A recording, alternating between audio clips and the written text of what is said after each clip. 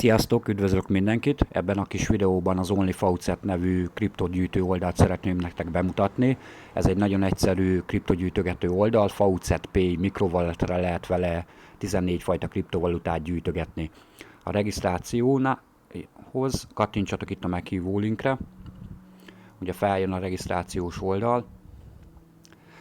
Itt alul kattintsatok a Claim Now gombra. Itt be kell írni azt a Faucet e-mail címet, amivel ugye regisztráltatok a Faucet Pay oldalra. Utána nyomtok egy logint. Jó, itt kiírja ugye, hogy megtörtént a bejelentkezés. Jobb oldalt felül van ez a vonalas főmenü. Itt látható a Faucet. Ezt lenyitjátok, és ugye itt van ez a 14 kriptó, amit lehet gyűjteni. Kiválasztjátok a tetszőlegest, ugye érdemes sorba haladni. Bejön itt ez az oldal, mindig feldob két reklámot, ezeket ki kell először x-elni.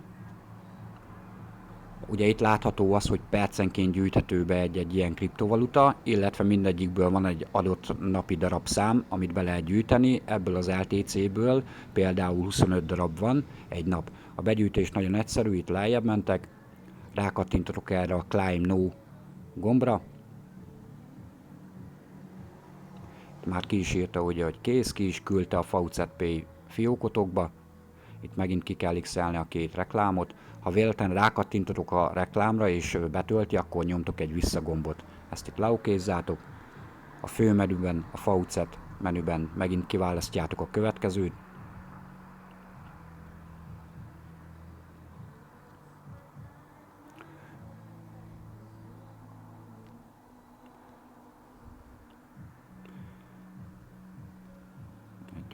Pillanat.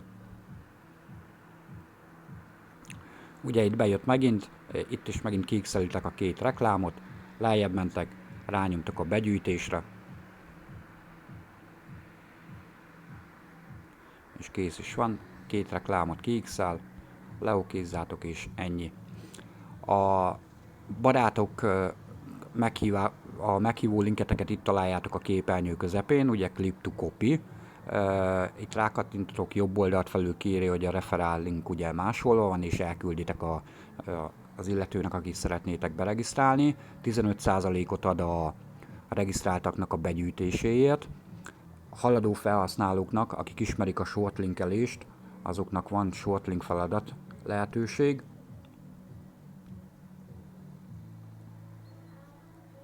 Itt most bejött egy reklám, nyomtunk egy visszát, ugye itt található ez a shortlinkelés feladat.